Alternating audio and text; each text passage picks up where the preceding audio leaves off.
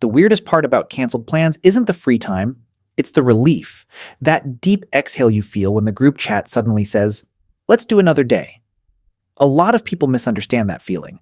They think it means you're lazy, antisocial, maybe even a little broken. But sometimes it means something much simpler. Your mind and body were already carrying more stimulation than they wanted to hold.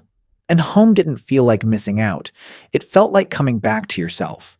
That's why people who love staying home are often misunderstood. From the outside, it can look like they're avoiding life. But research on solitude keeps pointing to a more important question than how much time you spend alone. Why you want that time in the first place. Chosen solitude can feel meaningful, calming, even restoring. Forced or reactive solitude can feel completely different. So this isn't just a story about introversion. It's a story about energy, control, and what happens when the outside world asks too much from your nervous system. Think about the kind of person who gets home, closes the door, changes clothes immediately, lowers the lights, and feels better within minutes. That's not always being dramatic. For some people, the world is just loud in ways other people barely notice. Too many voices at dinner, too much small talk, too many last-minute changes, too much emotional noise coming from people who expect you to stay on. Research on sensory processing sensitivity suggests some people are more easily overwhelmed by stimulation and recent experience. Sampling work found that overstimulation tends to rise in the presence of other people, unpleasant noise or visual input, fatigue, and negative mood. So yes, sometimes staying home is not withdrawal, it's regulation. And then there's the control. That part matters more than people think.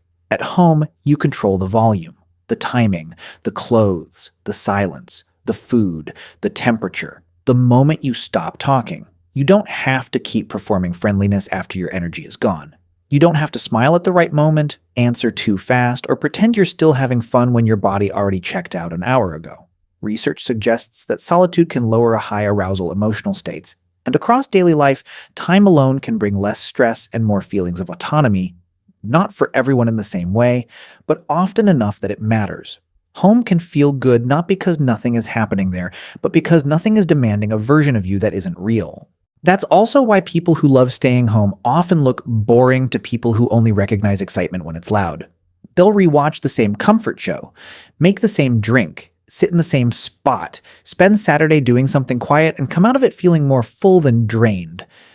And to someone else, that makes no sense. But a lot of solitude research points to something important.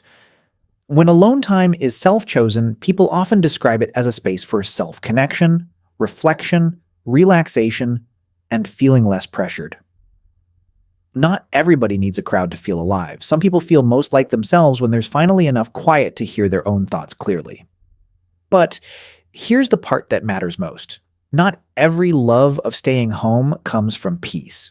Sometimes it comes from protection. Sometimes home is where a person goes because the outside world has started to feel too sharp, too judgmental, too disappointing, too heavy. And psychology makes an important distinction here. Studies have found that solitude driven by positive, self-determined reasons looks very different from solitude driven by rejection, distress, or avoidance. Higher preference for solitude does not automatically protect people from loneliness or poor mental health.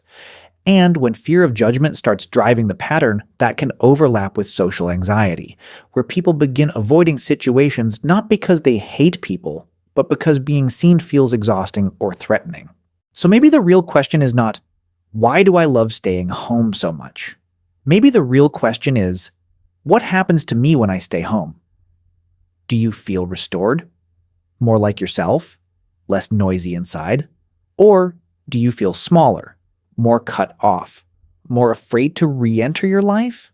Because one is peace. The other is pain wearing the same clothes. And if you're someone who truly loves staying home, not because life defeated you, but because quiet helps you come back into focus, then there may be nothing wrong with you at all. You may just be one of those people who doesn't come alive in chaos. You come alive in safety, in rhythm, in stillness, in the soft little rituals that other people rush past. Home isn't where your life stops. For some people, it's where their real life becomes audible,